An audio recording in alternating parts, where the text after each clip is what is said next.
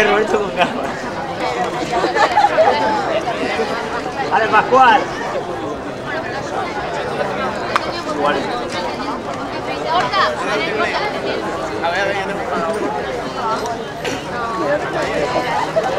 ¡Vive, Roberto!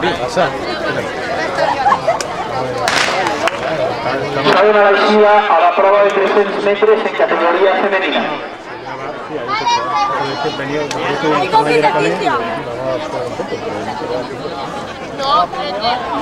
¡Vale, viva! Por favor, que vea esto.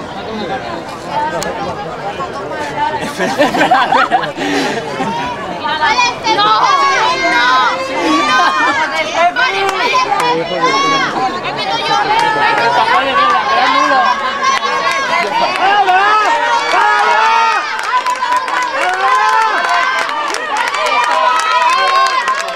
Estefanía Parra del Provincia de Terrenmar y Gloria Rodríguez, primeros clasificados en la final de 300 metros.